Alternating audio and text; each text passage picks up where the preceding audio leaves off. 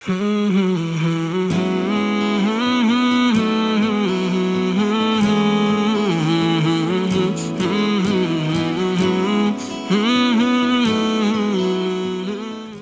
இந்த மேராஜ் அப்படின்ற இந்த செய்தியை, இந்த விஷயத்தை நம்புறது அக்கீதா சார்ந்த விஷயமா சார்? இல்லை சாதாரணமாக ஓகே நம்ம நம்புகிறோம் அப்படின்னு கடந்து போயிடலாமா?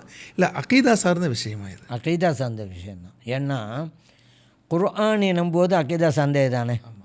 இறைவனை, இறை தூதர்களை, மலக்குமார்களை, வேதங்களை, மறுமை நாளை, நடப்பது நல்லது கெட்டது எதுவாக இருந்தாலும் இறைவனுடைய புறத்தில் நடப்பது என்பதை இதையெல்லாம் ஏற்றுக்கொள்வது, இது அக்கீதா சார்ந்த விஷயந்தான், ஈமான் சம்மந்தப்பட்டது.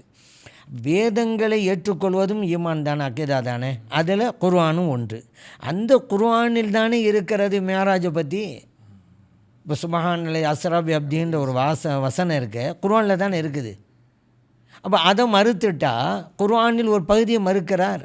குர்ஆனை மறுத்துட்டா ஈமான் இல்லையே, இஸ்லாம்ங்கிற வட்டத்தை விட்டு வெளியேறிடுவார்.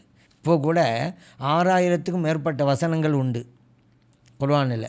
ஒரு ஆள் சொல்கிறாரு, குர்ஆனில் எல்லா வசனத்தையும் ஏற்றுக்கொள்கிறாங்க, அந்த ஒரு வசனத்தை மட்டும் ஏற்றுக்கொள்ள மாட்டேன், ஏதோ ஒரு வசனத்தை சொல்கிறான்னு வச்சுக்கிறேங்க.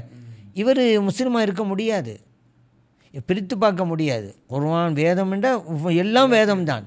அப்போ ஒன்று மட்டும் வேதம் இல்லை, மற்றதான் வேதம்ங்கிறது ஒத்தே வராது. அதனால் குர்ஆனில் கூறப்பட்டு விட்டதுனால அது ஏற்றுக்கொள்வது கட்டாயம். அதனால் ஈமான் அக்கீதா சார்ந்தது தான். இதை மறுத்தால் இஸ்லாம்ங்கிற வட்டத்தை விட்டு அவர் வெளியேறுவார்.